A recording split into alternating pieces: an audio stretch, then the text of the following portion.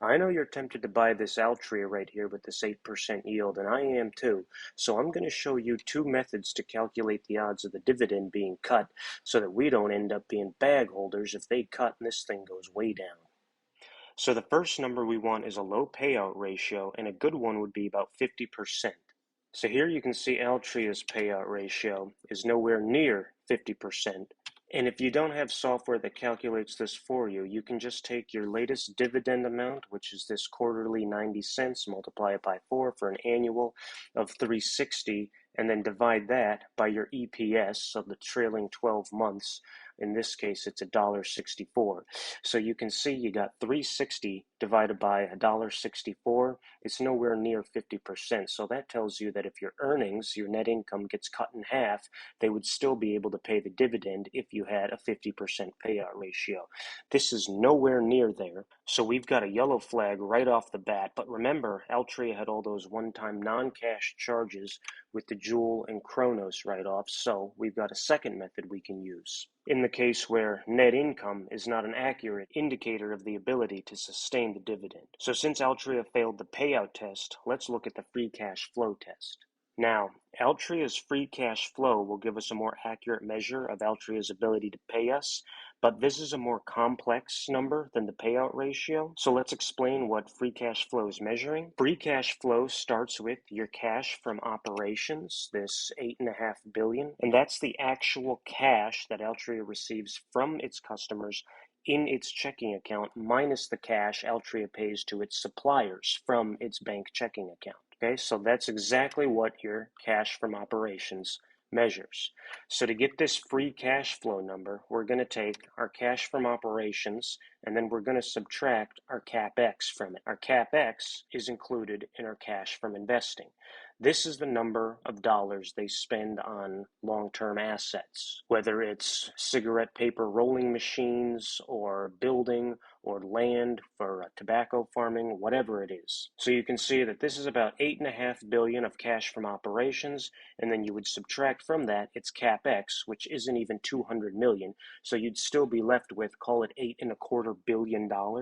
Okay, so let's keep that number in mind. So that's 8.25 billion. Let's keep that in mind. That is their free cash flow. But we don't want just their free cash flow. We're going to want their free cash flow to equity because they've got so much debt here. This is like $28 billion in debt. They got a lot of interest on that debt. So let's go ahead and see how much interest they're paying out.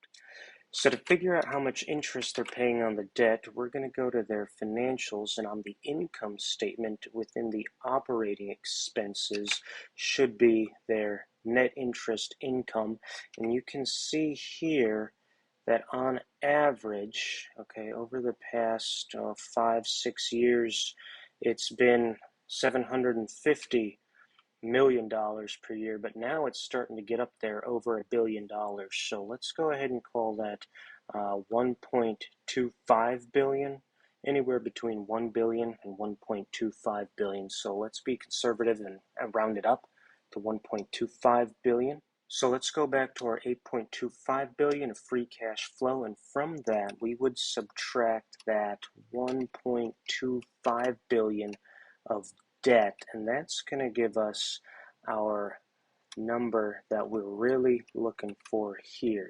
So that 6 billion is going to be our free cash flow to equity. So now let's see how much they're paying out in dividends. To see how much they're paying out in dividends, we're going to take our shares outstanding, which is this 1.8 billion shares. So we've got 1.8 billion shares times our $3.60 dividend is going to equal about $6.48 billion. Let's just round that up to $6.5 billion. And if you remember, our free cash flow to equity is equal to about $6 billion. So herein lies the problem. You can see that the amount of money this company has available to pay us is less than the amount of dividends that they're actually paying to us. This is what's known as a large problem. So now the question remains is, should we buy this stock right now? So you can see it's sitting right here. I mean, I see it too, this $40.